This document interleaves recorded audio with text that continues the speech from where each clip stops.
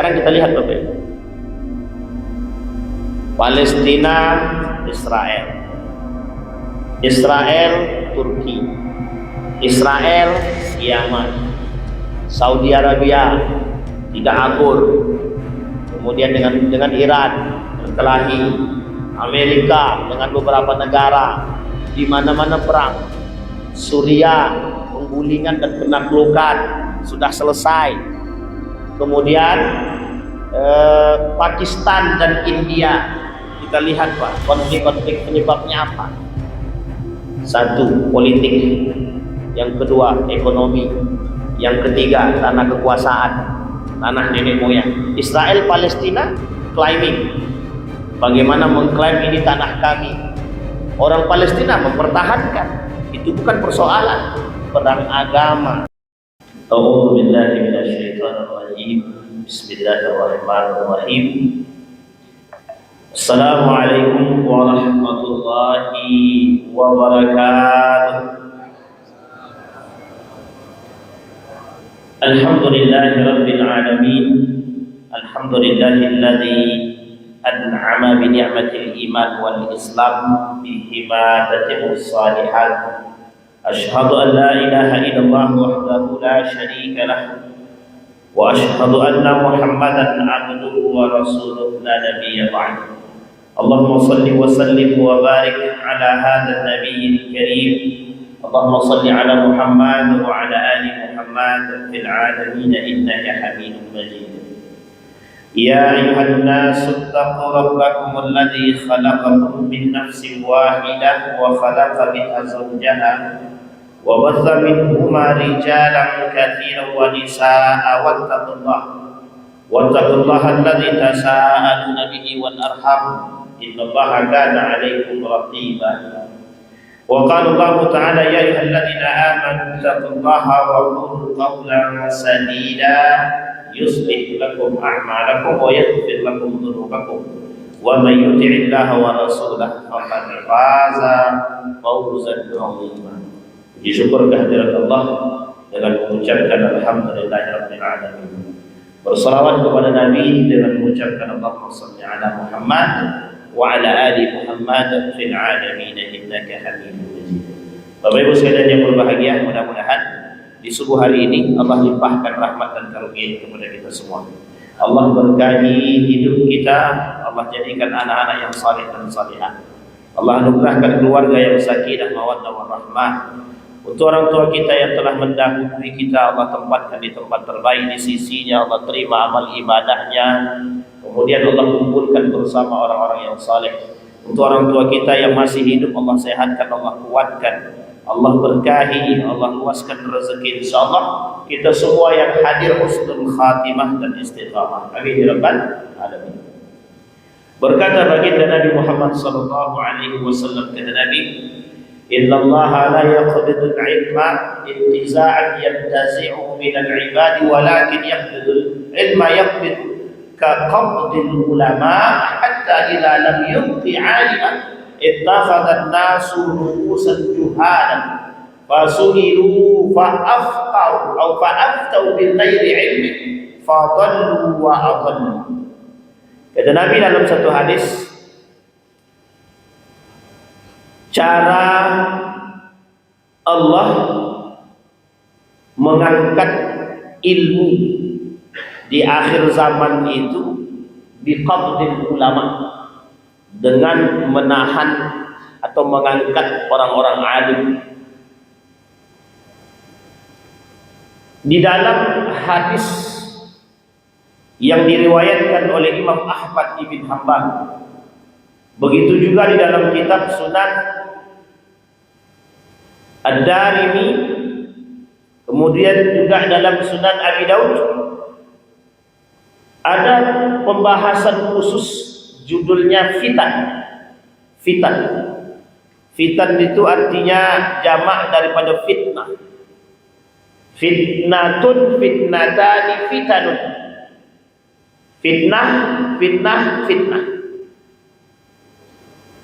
Di masa yang penuh fitnah yang disampaikan oleh Nabi dalam hadis tersebut. ketika baginda Nabi Muhammad SAW lahir, di dalam kitab Armageddon dituliskan bahwa salah satu tanda datangnya akhir zaman adalah dengan lahirnya baginda Nabi Muhammad SAW.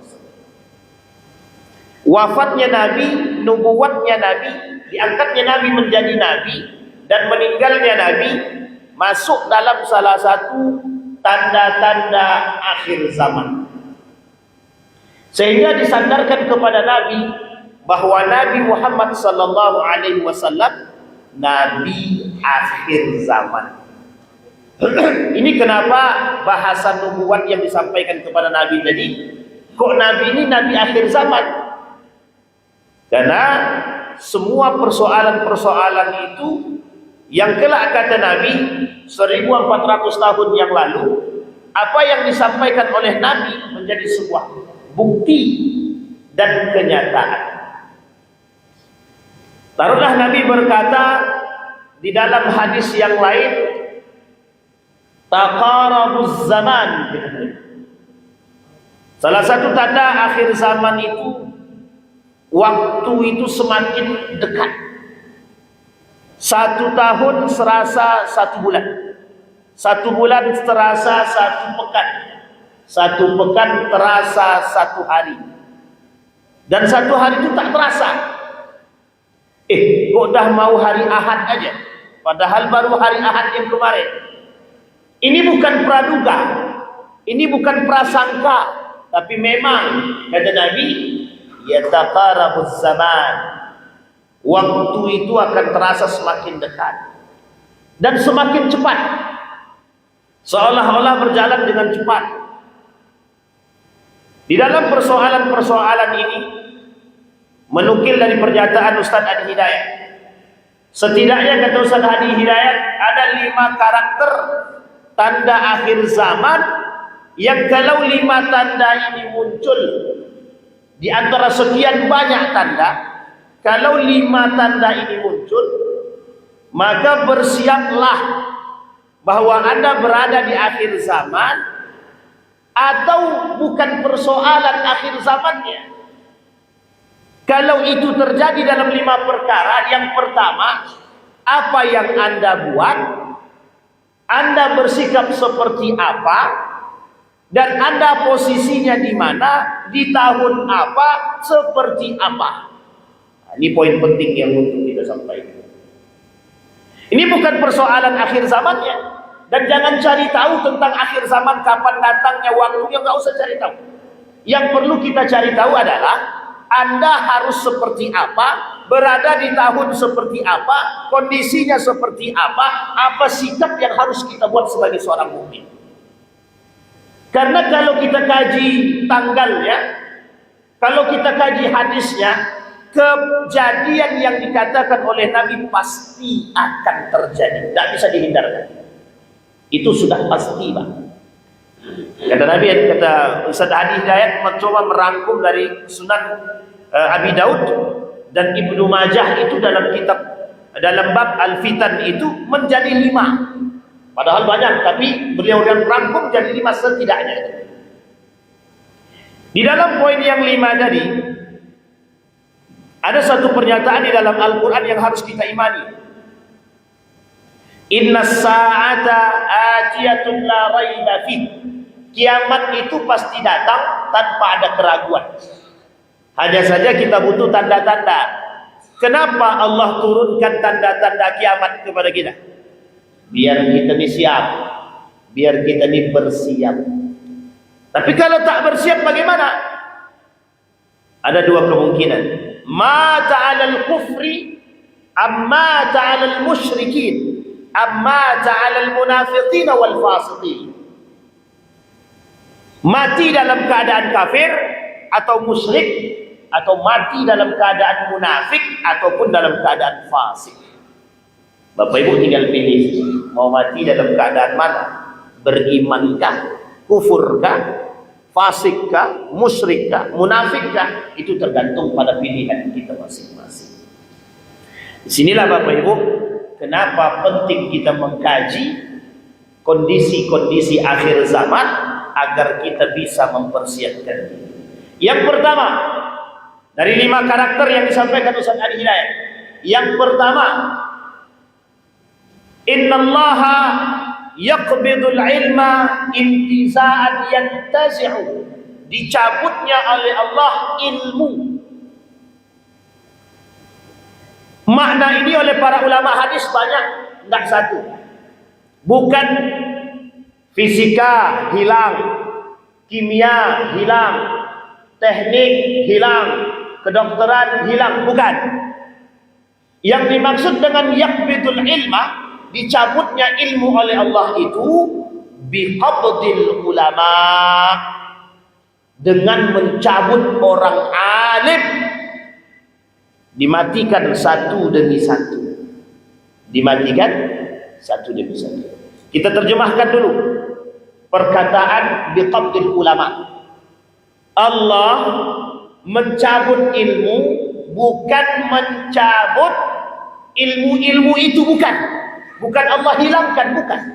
Tapi yang Allah cabut adalah ulama, orang alim.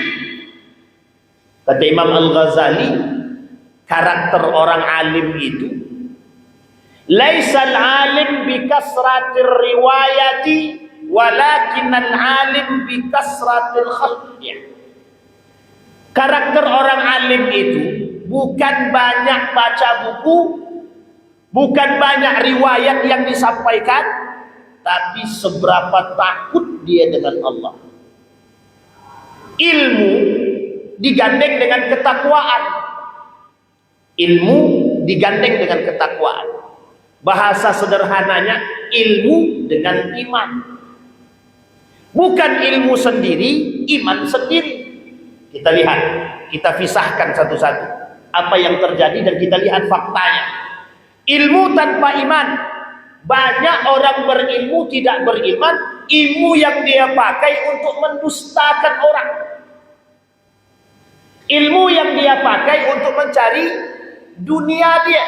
Kata Imam An-Nawawi, orang berilmu tanpa beriman, dia gunakan ilmu itu mencari dunia saja. Nah, kita ambil contoh. Banyak orang berilmu, tapi karena tidak punya iman, dia menipu orang dengan ilmunya. Seolah-olah karena orang yang tadi dianggap bodoh, dia berilmu, dia gunakan ilmu tadi manipulatif, memanipulasi. Apa yang terjadi? Cari duit dengan ilmu. Lisan berilmu tapi tak berakhlak, tak beriman. Akhirnya yang dijual ilmunya. Satu. Yang kedua, orang beriman tanpa ilmu. Oh, ini bahaya. Kata Allah dalam Al-Quran, kalau ada orang beribadah tanpa ilmu, itu masalah. Makanya Bapak Ibu mohon maaf ya, di akhir zaman itu nanti, di akhir zaman akan banyak bermunculan orang-orang seperti Walid. Walidna Dewi. Bapak Ibu kan sering nonton tuh, lewat tuh. Itu bukan cerita Pak, itu bukan fiktif, nyata. Apalagi di negara Republik Indonesia ini Pak, banyak aliran sesat itu, banyak. Itu karena apa? Tidak punya ilmu, tidak punya iman juga. Atau kadang-kadang beribadah tanpa ada ilmunya. Orang beribadah tanpa ilmu sesat dan menyesatkan. Wa dhalun wa adhal. Kita ambil contoh sederhana. Kalau dia beriman kepada Allah, atau maaf, kalau dia berilmu, maka ibadah yang dia lakukan pasti ada dasarnya, Pak. Pasti ada dasarnya. Sekarang mana dasarnya? Seorang pemimpin majelis laki-laki boleh mencium istri orang. Cari dalilnya Pak. Kalau ada dalilnya kita lakukan sama-sama. Tidak ada Pak. Jangankan hadisnya lemah, palsu pun tak ada. Karena hukumnya haram. Berpegangan tangan laki-laki dan perempuan saja haram. Loh, kok ada aliran yang mengatasnamakan nama Tuhan Allah Keimanan lo kok tak punya dalil, tak punya dasar, tak punya ilmu, sesat dan menyesatkan. Ini saya kasih tahu, saya bocorkan sama Bapak Ibu. Dulu Bapak Ibu, di salah satu daerah di Indonesia ini, ada orang, ada kelompok sholat tanpa sehelai benang pun. Cari dalilnya. Jangan, tak usah yang sahih, yang palsu saja cari. Di mana dalilnya orang sholat tanpa sehelai benang pun? Coba bayangkan. Ini kalau kita kaji aliran sesat ini banyak Pak. Kami dah berapa kali keliling itu tentang aliran sesat. Oh, banyak yang komentarnya itu Pak. Karena memang itu yang terjadi. Sesat dan menyesatkan. Dalil wa'ad. Makanya perlu digandeng. Ilmu dengan iman ini harus. Orang berilmu tanpa iman bablas Pak, bablas. Kata Nabi dalam hadis, kata Allah dalam Al-Quran begini, wa minan nasi man yu'jibuka qawluhu fil hayatid dunya. Orang berilmu tapi tak beriman, lisannya ini seolah-olah bisa atau mampu membuat orang lain terhipnotis dengan kalimat dia, dengan bahasa. Betul apa salah? Kita tengok. Wih, dia saja yang bergelar profesor tidak sholat, berarti tandanya itu ilmunya bagus. Tahu dia, itu yang kita ikut. Bergelar profesor mengatakan bahwa agama ini musuh negara. Di mana letaknya? Logikanya di mana? Profesor bergelar lulusan luar negeri, dia kata bahwa agama musuh negara. Itu kalau tak punya iman. Tapi uniknya pengikutnya banyak. Kita ambil contoh aliran sesat yang lain. Sebenarnya saya tak mau katakan ini aliran sesat, tapi bagian daripada kesesatan. Di mana ada kajian-kajian yang ada jogetnya, yang ada main rebananya, lebih penting jogetnya daripada kajiannya. Cari Pak, di mana dalilnya? Cari di mana, siapa yang pernah melakukan demikian? Boleh melakukan kajian, ketika kajian boleh joget, boleh bersentuh laki-laki perempuan, boleh bercampur aduk laki-laki dan perempuan. Dalut wa adol, sesat dan menyesatkan. Tapi uniknya yang ikut banyak. Itu kalau ilmu dan iman dipisah. Intiza'an yantazi'uhu. Sekarang kita lihat bagaimana cara Nabi biqabdil ulama. Cara Allah mencabut ilmu tadi dengan mencabut para alim. Sekarang kita lihat bagaimana cara Allah mencabut orang alim itu. Kita lihat. Satu, ditafsirkan oleh para ulama. Yang pertama, dimatikan orang-orang alim yang soleh sedikit demi sedikit. Satu, dihabiskan sama Allah, meninggal. Si anu pakar, meninggal. Siapa yang paling pakar? Meninggal. Kepakarannya meninggal, dicabut. Satu, cara Allah habiskan.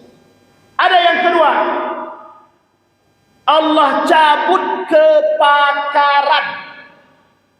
Paham Bapak Ibu maksudnya kepakaran? Kepakaran itu sulitnya kita mencari orang-orang yang pakar. Orang pakar di sini kita ambil contoh.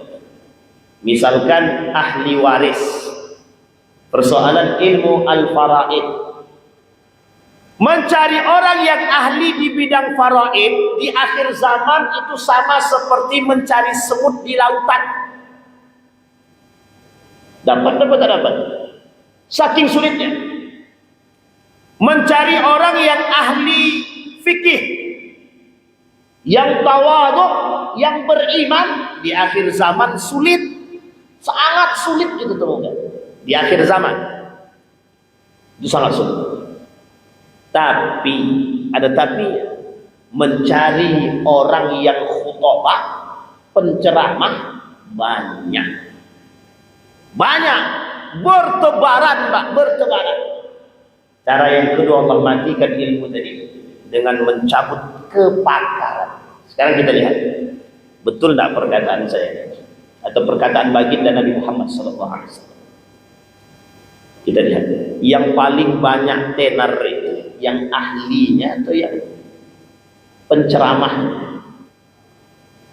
Penceramah atau yang ahli? Yang paling banyak tenar. Pimpinan-pimpinan pesantren ternama yang berilmu, yang hebat, yang mana yang kita kenal hari ini? Ada Pak, sedikit. Saya kasih tahu, ada seorang ahli Al-Quran, hafal Al-Quran 30 juz, bersanad, sanadnya banyak. Kemudian pakar betul dalam ilmu-ilmu Al-Quran. Sayangnya Pak, tidak punya kamera, tidak punya TikTok, tidak punya YouTube, dan tidak punya yang lain. Akhirnya kita nggak kenal Pak, nggak kenal siapa dia. Yang kita kenal justru yang lain, yang orang yang datang belakangan menganggap menjadi seorang yang berilmu. Orang berilmu itu, saya punya guru ahli di bidangnya Pak. Allah cabut, Allah sudah meninggal, Profesor Dr. Haji Yunahar Ilyas. Itu dikenal betul Pak, baik di sini di Indonesia maupun di luar, itu dikenal sebagai ahli ilmu Al-Quran. Tapi uniknya, beliau sudah meninggal. Begitu cepat Allah cabut orang Allah meninggalkan, Allah cabut, Allah wafatkan dia. Di tengah ketika beliau meninggal, keluar pernyataan di sekeliling orang-orang Muhammadiyah, pakar Al-Quran kami hilang, pakar tafsir kami hilang. Begitu juga di sekeliling majelis ulama Indonesia. Kenapa begitu?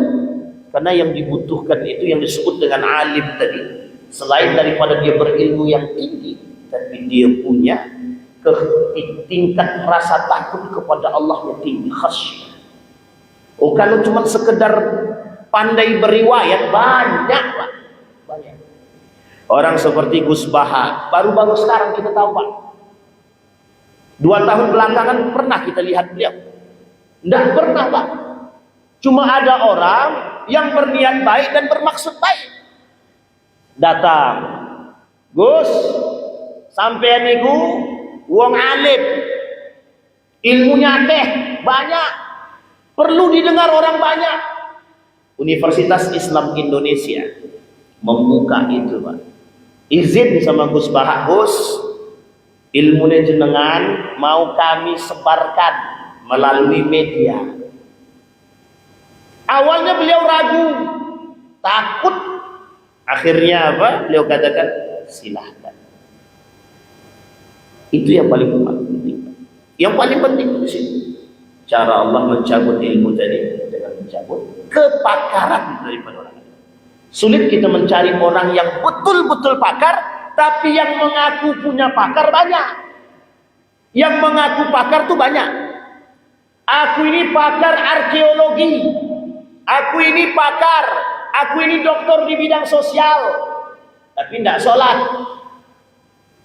Yang menggabungkan seperti ini yang susah Pak. Ada ahli matematika, juara olimpiade, tapi tidak pernah sholat. Itu gimana coba? Oh, dalam agama dia Ustaz, oh ya oke, kalau dia bukan agama Islam. Tapi kalau dia Muslim, kalau ada orang berilmu menomorduakan agama, berarti tandanya bukan orang alim. Orang berilmu yang nomorduakan agama bukan orang alim. Kita ini kenal Al-Farabi, Ibnu Sina, ada bukunya tebal segini, sekitar 2000 halaman. Kalau saya tak salah sekitar 2000 lebih halaman. Judul bukunya At-Tib. Artinya itu buku tentang kedokteran.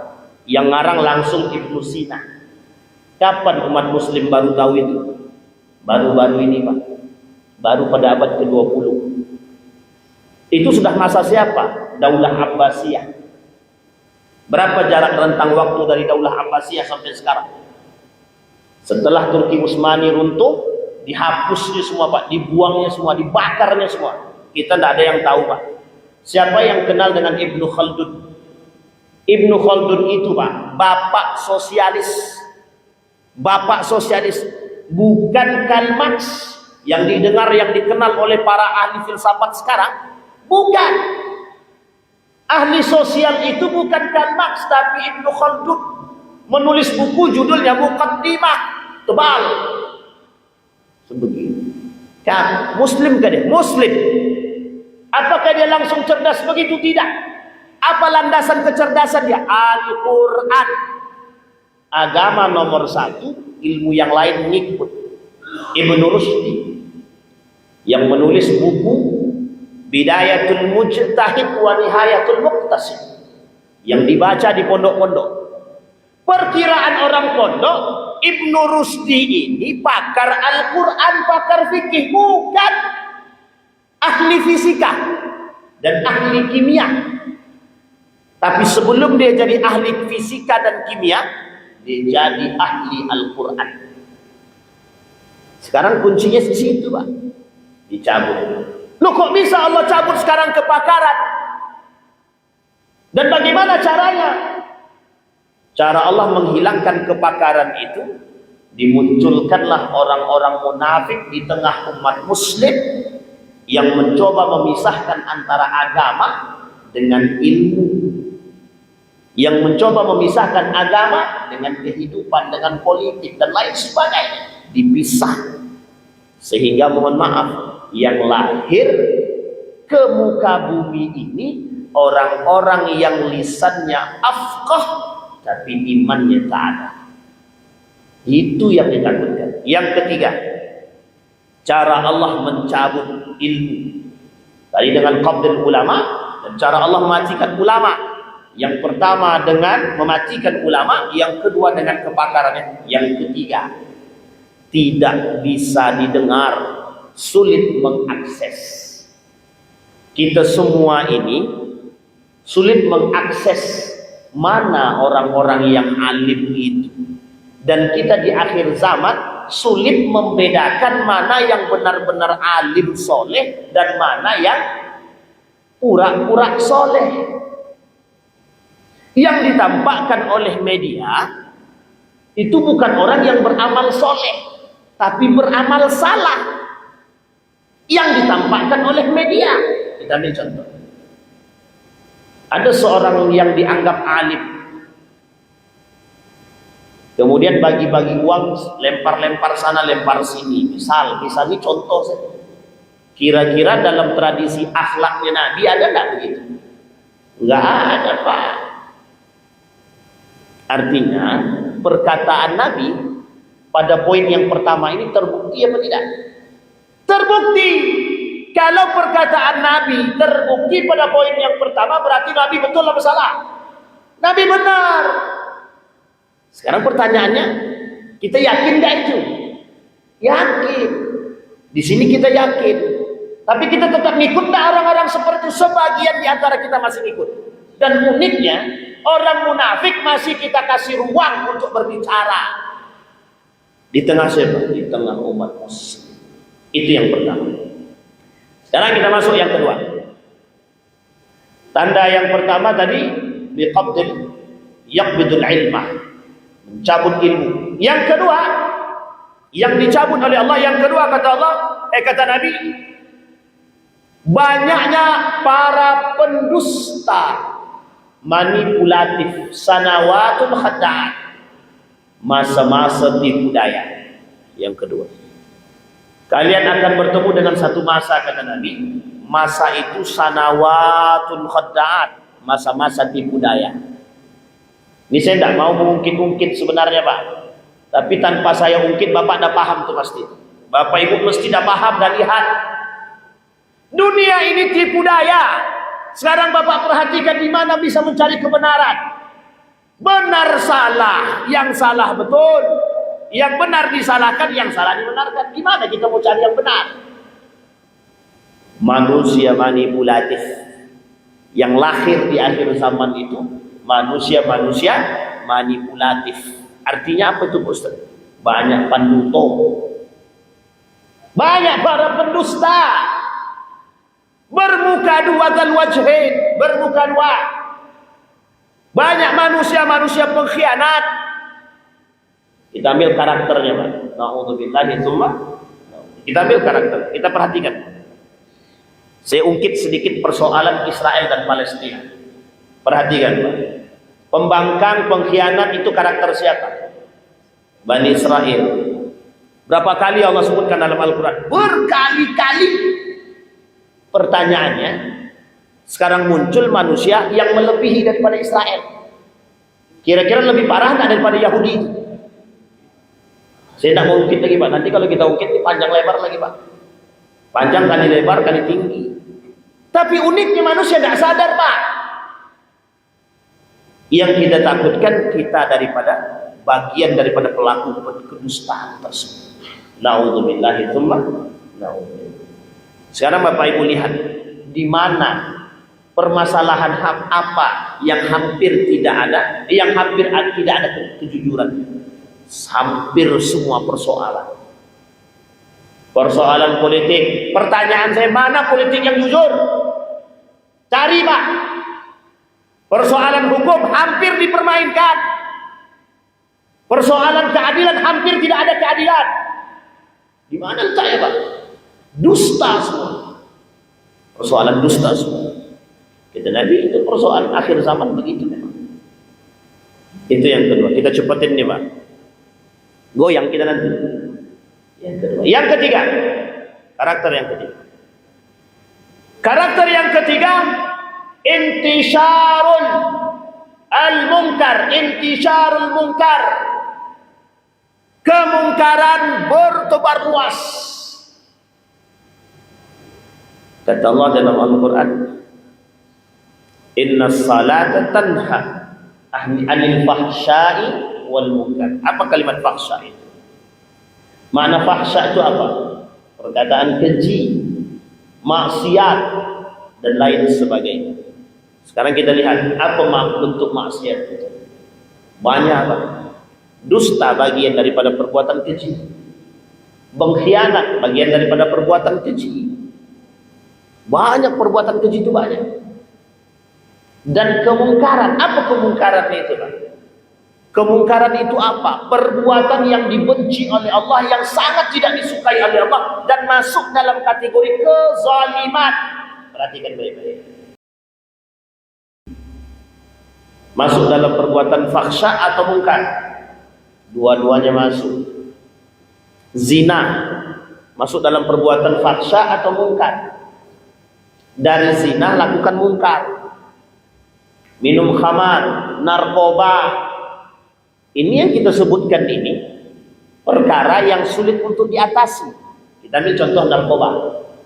Makin besar apa makin kecil? Kenapa kok makin besar? Nah, Bapak Ibu jawab sendiri. Nanti kalau saya jawab susah. Kenapa kok makin besar? Karena banyak yang main. Maka sulit, Pak. Narkoba, minum khamar, bir bintang, dan baik berada bintangnya atau tidak ada bintangnya. Perhatikan bagaimana intisyaru, bagaimana tersebarnya minuman-minuman khamar. Sekarang semua ini, Bapak Ibu, kalau sifat jenisnya itu bisa dirubah sama mereka. Daging babi haram, minyak babi halal apa haram minyak babi? Berapa banyak minyak babi yang kita makan? Mereka tidak jual daging babi. Yang mereka jual itu minyak babinya. Ada 100 lebih nama babi itu, Pak. Mau pahanya, mau kakinya, mau kuku segala macam itu ada namanya masing-masing. Dan itu banyak kita dapatkan dalam makanan, mohon maaf, makanan kemasan. Coba ya. Contoh, sosis. Contoh lagi, kuaci. Saya tidak mengeneralisir kuaci ya. Tapi saya tak sebutkan mereknya, Pak. Karena saya lupa. Kalau ingat pasti saya kasih tahu. Dan banyak makanan-makanan yang lain, marshmallow, yang beberapa waktu lalu itu ditampilkan di media, di berita. Yang dimakan oleh siapa? Anak-anak kita, Pak. Bapak Ibu tak mau tahu siapa yang buat perbuatan begini? Yahudi. Apa tujuannya? Memusnahkan. Yahudi punya tujuan terhadap manusia hari ini. Tujuannya cuma satu, memusnahkan.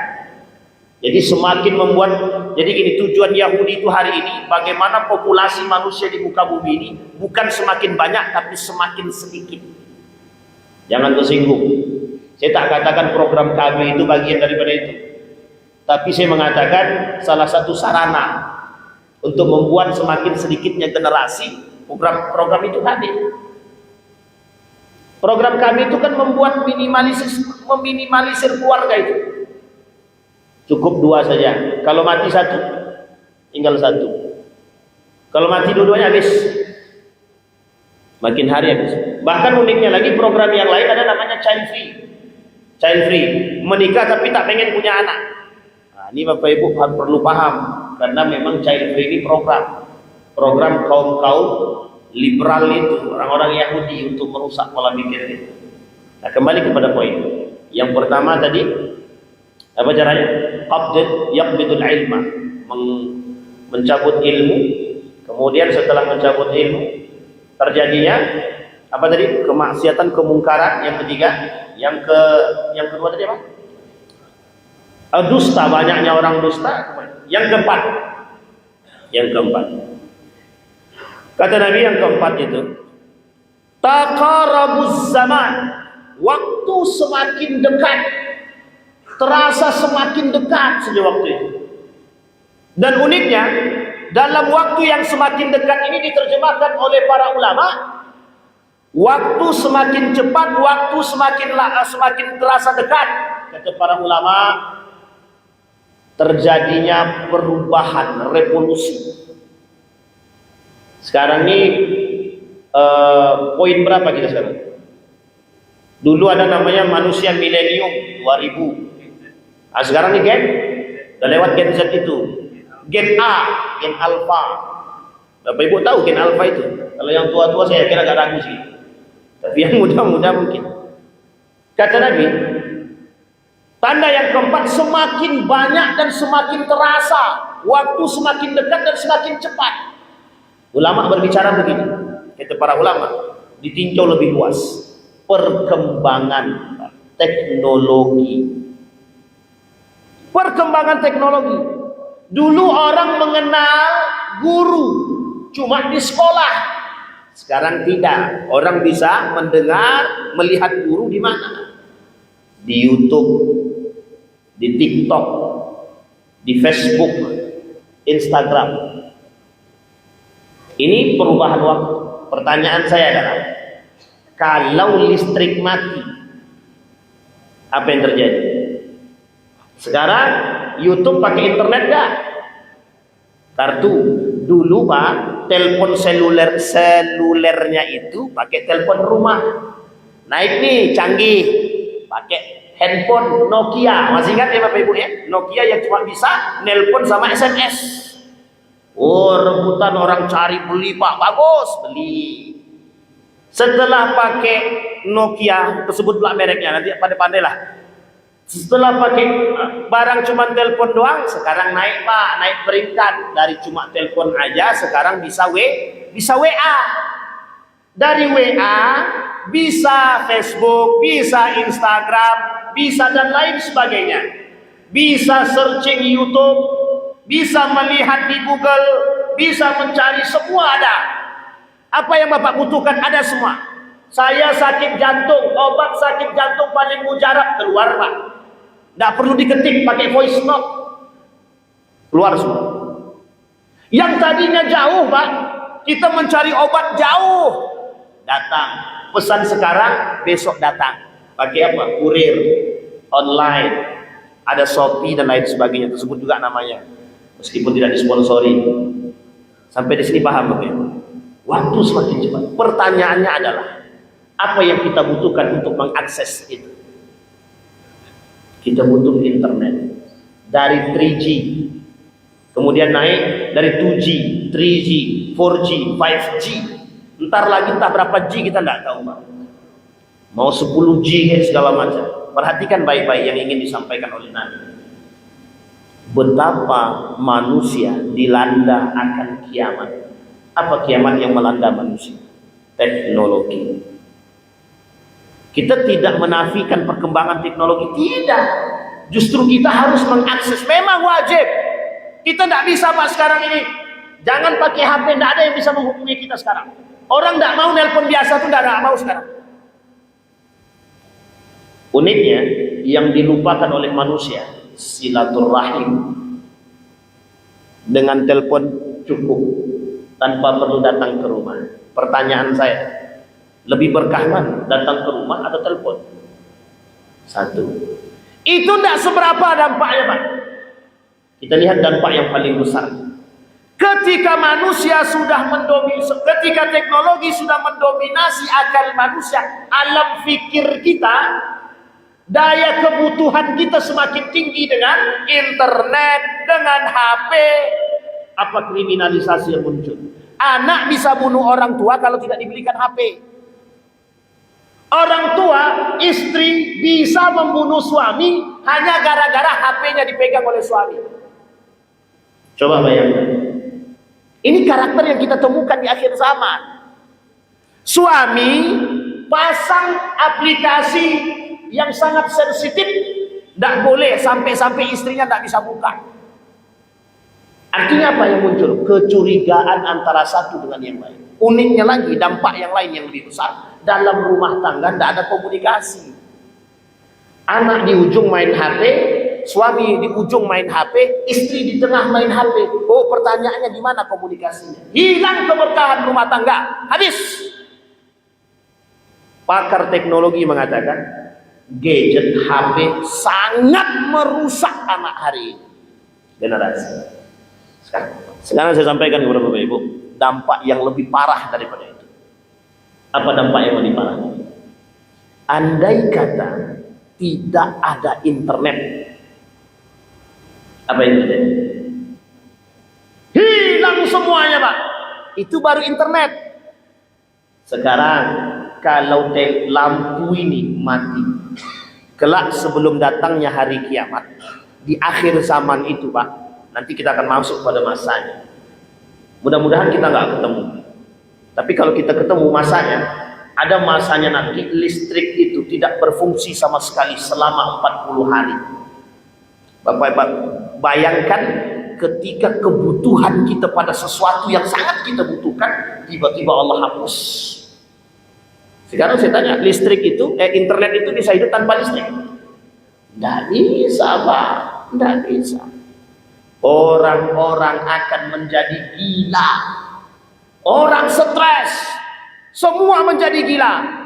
Yang punya kebutuhan, sekarang orang cari duit lewat mana? Facebook, YouTube, dan lain sebagainya.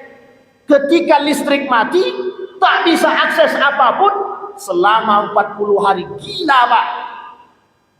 Stres semua. Dan itu pasti akan terjadi. Sekarang di Eropa sedang terjadi kiamat internet. Kiamat internet. Bukan tanpa makna. Bukan tanpa makna. Apa maksudnya kiamat internet itu? Yang terjadi di sana adalah gilanya manusia dengan internet. Akhlak hilang, adab hilang, ilmu hilang, semua hilang. Yang tersisa adalah manusia-manusia tanpa adab, tanpa akhlak. Dan itu mereka rasakan hari ini. Krisis moral, krisis ilmu, krisis akhlak terjadi. Pertanyaan saya adalah, mungkinkah itu terjadi di negara kita Republik Indonesia? Mungkin atau tidak? Itu yang keempat. Sekarang kita masuk yang kelima, yang terakhir. Kata Nabi, yang kelima itu, semakin terasa perperangan muncul di sana sini. Ghazawatut, akan terjadi terus perperangan. Satu tempat yang lain perang terus yang tiada henti. Gejolak yang tiada henti. Kalau kalian temukan itu kata Nabi, maka bersiaplah. Persiapkan diri.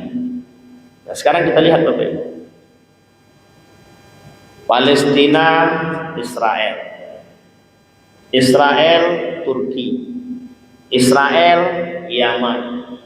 Saudi Arabia tidak akur. Kemudian dengan Iran berkelahi. Amerika dengan beberapa negara, di mana-mana perang. Suriah, penggulingan dan penaklukan sudah selesai. Kemudian Pakistan dan India, kita lihat Pak, konflik-konflik penyebabnya apa? Satu, politik. Yang kedua, ekonomi. Yang ketiga, tanah kekuasaan, tanah nenek moyang. Israel Palestina claiming, bagaimana mengklaim ini tanah kami. Orang Palestina mempertahankan. Itu bukan persoalan perang agama. Yang dimaksudkan oleh Nabi akan terjadi perang di mana-mana. Kelak ending perperangannya adalah perang antara Yahudi dengan Muslim. Itu akhir Pak. Palestina dengan India, apa konfliknya Pak? Konflik yang paling nampak itu konflik agama. Jangan dibalut dengan politik, yang dibalut dengan ekonomi. Pada hakikatnya itu bukan persoalan diplomasi, itu persoalan perang agama. Sudah lama. Bukan persoalan pencaplokan wilayah, bukan persoalan politik, bukan persoalan diplomasi, bukan persoalan yang lain, persoalan agama. Yahudi, Israel, Zionis, dengan Yaman, dengan Turki, dengan Palestina. Persoalan apa? Persoalan bukan tempat tinggal, bukan tanah. Itu bagian daripada lainnya. Yang paling penting adalah perang agama. Dan kelak diakhiri perang semua ini Pak. Gejolak yang terjadi ini diakhiri dengan satu perang. Perang antara umat Muslim dengan Yahudi. Orang Yahudi berbondong-bondong dari Eropa pindah ke Israel. Dari Eropa mereka berbondong-bondong ke Israel. Umat mukmin yang tersisa di akhir zaman berhijrah dari negara-negara manapun, orang-orang beriman pindah langsung ke Palestina. Hijrah terakhirnya umat mukmin itu bukan Indonesia, bukan Saudi Arabia, tapi lebih ke Palestina. Di mana itu Bapak Ibu? Negeri Syam. Tahu Bapak Ibu Syam itu negerinya apa saja? Satu, Suriah, Damaskus, Palestina, Yerusalem dan lain sebagainya. Negara yang didoakan oleh Nabi termasuk salah satunya Yaman. Ada dua negara yang didoakan oleh Nabi. Syam, ya Allah berikan keberkahan kepada negeri Syam, dan Yaman. Sekarang Yaman mau diapakan? Mau diotak-atik. Bahkan sampai ke Indonesia pun orang-orang Yaman berdatangan ke sini dianggap pendusta, dibuat manipulasi sebesar mungkin. Begitulah keadaan kita hari ini. Ini semua Bapak Ibu sekalian yang berbahagia, nubuat baginda Nabi Muhammad SAW.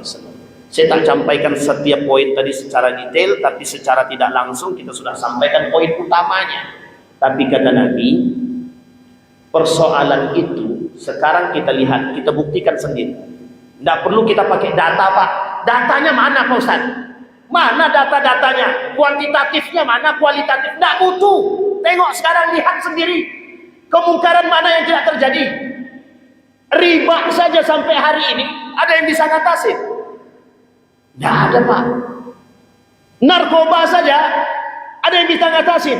Sampai hari ini justru semakin lebat, semakin luas, semakin berbahaya di Indonesia. Tidak usah jauh-jauh lah, ngapain di Indonesia? Di Pekanbaru. Tanggal 25 April yang lalu. Ini berita terbaru, 25 April yang lalu. Ini bagian daripada faksa atau bukan? Bagian daripada faksa.